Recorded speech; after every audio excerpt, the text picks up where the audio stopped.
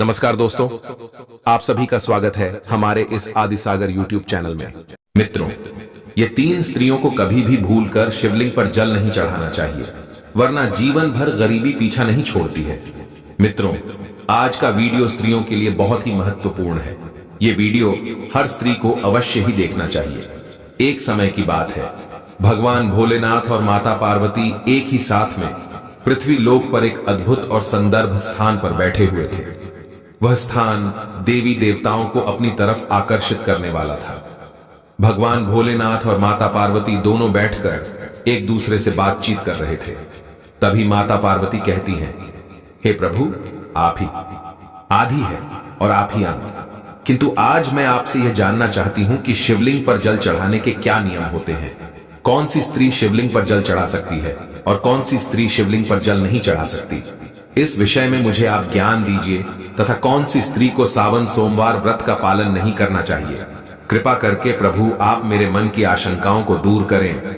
मित्रों, तब मुस्कुराते हुए भगवान भोलेनाथ कहते हैं, हे देवी पार्वती, आज आपने बड़ा ही उत्तम प्रश्न किया है। शिवलिंग पर जल चढ़ाने के बहुत महत्वपूर्ण कुछ नियम होते हैं और उन नियमों का पालन करते हुए शिवलिंग को जल देना चाहिए।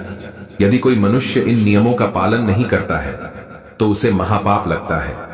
और हे देवी, मैं उस स्थान से रुष्ट होकर चला जाता हूं जहां पर नियमों का पालन नहीं किया जाता है। हे प्रिय, आज मैं उन 3 स्त्रियों के विषय में बताने वाला हूं जिन्हें शिवलिंग पर जल नहीं चढ़ाना चाहिए और इन स्त्रियों को शिवलिंग पर जल चढ़ाने का कोई शुभ फल प्राप्त नहीं होता है। उल्टा इनके द्वारा शिवलिंग को जल चढ़ाने पर उन्हें महापाप लगता है। शिवलिंग ही मेरा साक्षात स्वरूप है, जिसकी नित्य पूजा करने वालों की मैं सदैव रक्षा करता हूं। आपने देखा कि किस प्रकार मात्र 12 वर्ष की आयु वाले मार्कंडे को अमृत का वरदान प्राप्त हुआ था। हे पार्वती, शिवलिंग पर जल चढ़ाने के नियम बताने से पहले मैं आपको मेरे परम भक्त सुमति की एक प्राचीन कथा सुनाता हूं, जिसे आप ध्यान से सुनना। और देवी, जो भी स्त्री इस प्राचीन कथा को ध्यान लगाकर सुनती है, उसे शिवलिंग पर 100 वर्षों तक जल अर्पण करने का पुण्य प्राप्त होता है। इस कथा को जो भी पूरा ध्यान से सुनता है और इसका प्रचार करता है, उसके दुखों का नाश हो जाता है और उसके घर की दरिद्रता दूर हो जाती है। सदा सदा के लिए वह इस संसार की मोह माया से मुक्त हो जाता है। मित्रों, तब माता पार्वती कहती हैं, हे स्वामी, आपके मुख से इस कथा का श्रवण करना बड़े सौभाग्य की बात है। कृपया आप मुझे वह कथा सुनाइए, मैं इसे बहुत ध्यान पूर्वक सुनूंगी। तब भगवान भोले बाबा माता पार्वती को वह कथा सुनाते हैं।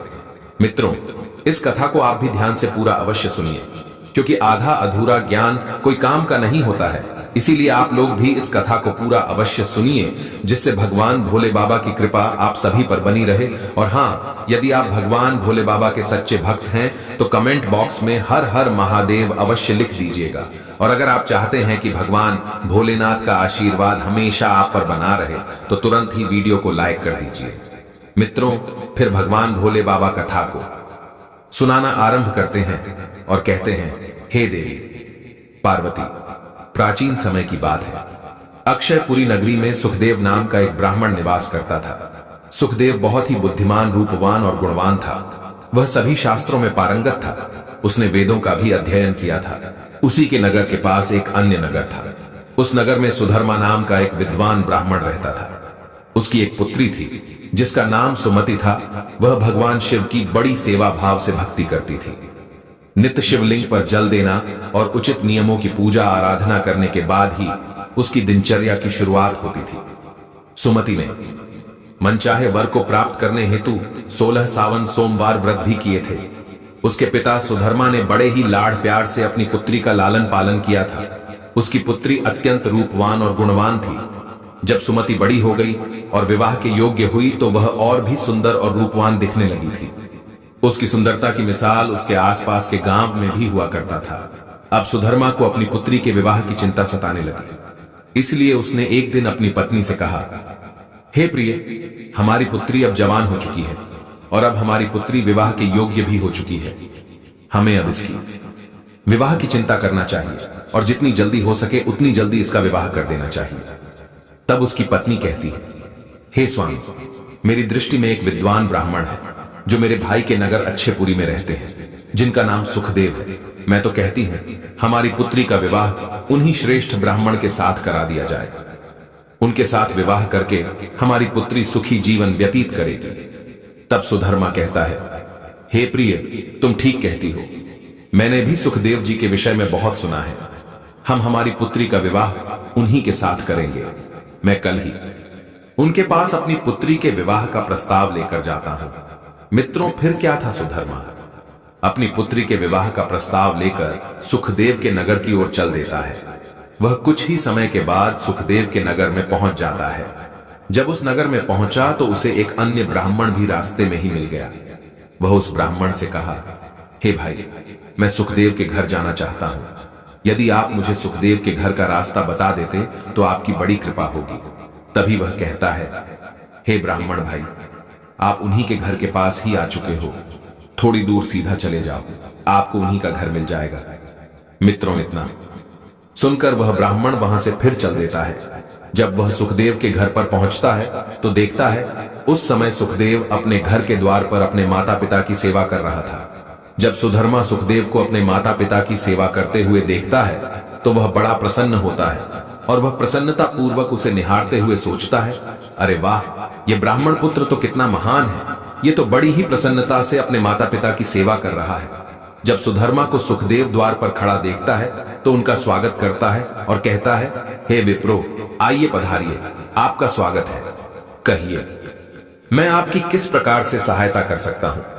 सुखदेव का अतीत सत्कार देखकर सुधर्मा बहुत प्रसन्न हो जाता है। वह देखता है कि सुखदेव का घर अत्यंत पवित्र और शुद्ध है।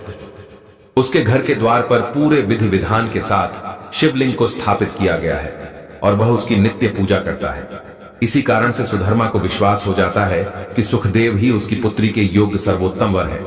तभी सुधर्मा सुखदेव से कहता है, हे विप्रो, आज मैं आपके पास अपनी पुत्री के साथ आपके विवाह का प्रस्ताव लेकर आया हूं। मेरी पुत्री के लिए आपके समान श्रेष्ठ वर कहीं और नहीं मिल सकता।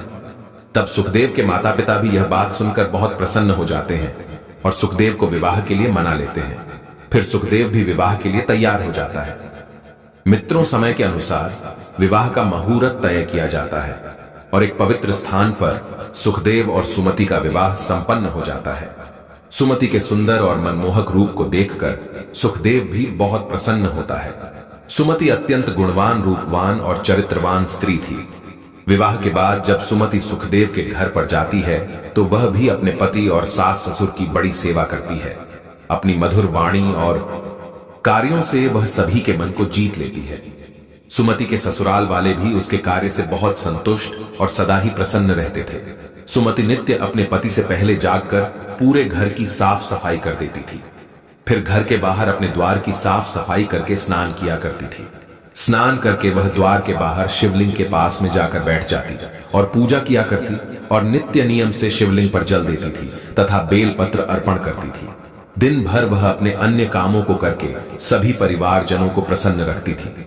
रात को वह पति के चरण दबाकर उसके सो जाने के बाद ही सोया करती थी। सुमति के अंदर एक पतिव्रता नारी के सारे लक्षण थे और वह अपने पति को ही परमेश्वर मानकर उसकी सेवा करती थी। सुमति ने कभी अपने पति के अलावा अन्य पुरुष के विषय में विचार नहीं किया करती थी। वह सत्य धर्म का पालन करने वाली और धर्म कार्य करने वाली पवित्र स्त्री थी। उसने कभी कोई अशुभ कार्य नहीं किया था। सुमति के ऐसे सात्विक और सरल स्वभाव को देखकर मां लक्ष्मी भी उस पर मेहरबान थी।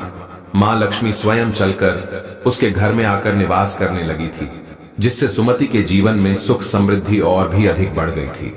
मित्रों, फिर आ गया भगवान भोलेनाथ माता पार्वती को कथा सुनाते हुए कहते हैं, हे देवी पार्वती धन की देवी, लक्ष्मी उन्हीं स्त्रियों पर अपनी कृपा बनाए रखती है जो पतिव्रता होती हैं, जो सत्य धर्म का पालन करती हैं। सुमति के अंदर में सभी लक्षण थे जो एक श्रेष्ठ पतिव्रता नारी के अंदर होने चाहिए।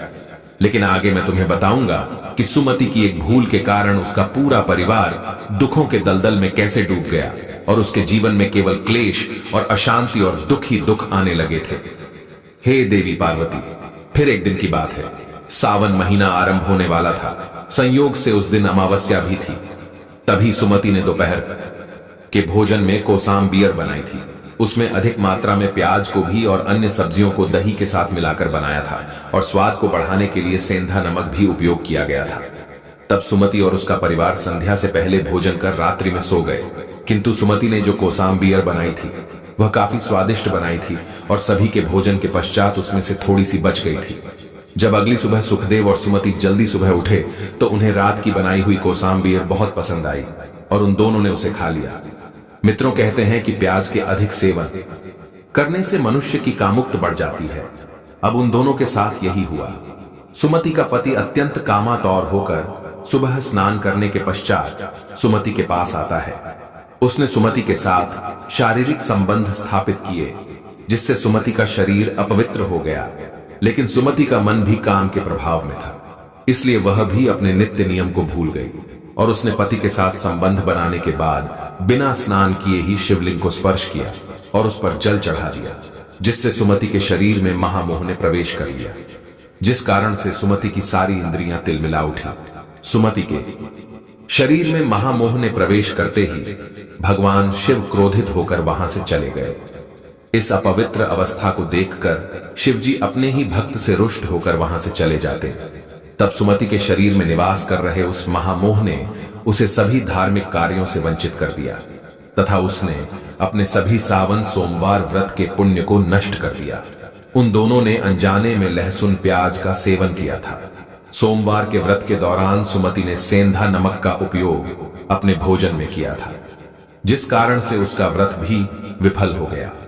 व्रतों को करने से मनुष्य को महापुण्य की प्राप्ति होती है, वहीं सुमति अपने अनजान दुष्कर्म से पाप की भागीदार बनती जा रही थी। महामोह के शरीर में वास होने के कारण सुमति की मति भ्रष्ट हो जाती है तथा उसका विपरीत प्रभाव सुमति के पति पर भी पड़ा और वह भी सदा कामवा होकर सुमति के साथ भोग विलास करने लगा। उसका मन सदैव काम वासना में लगा रहता था। फिर एक दिन सुमति के पति ने भी सभी सीमाओं का उल्लंघन किया और सुमति के मासिक धर्म के दौरान ही उसके साथ संबंध स्थापित किया, जिससे सुमति के शरीर में निवास कर रही ब्रह्म हत्या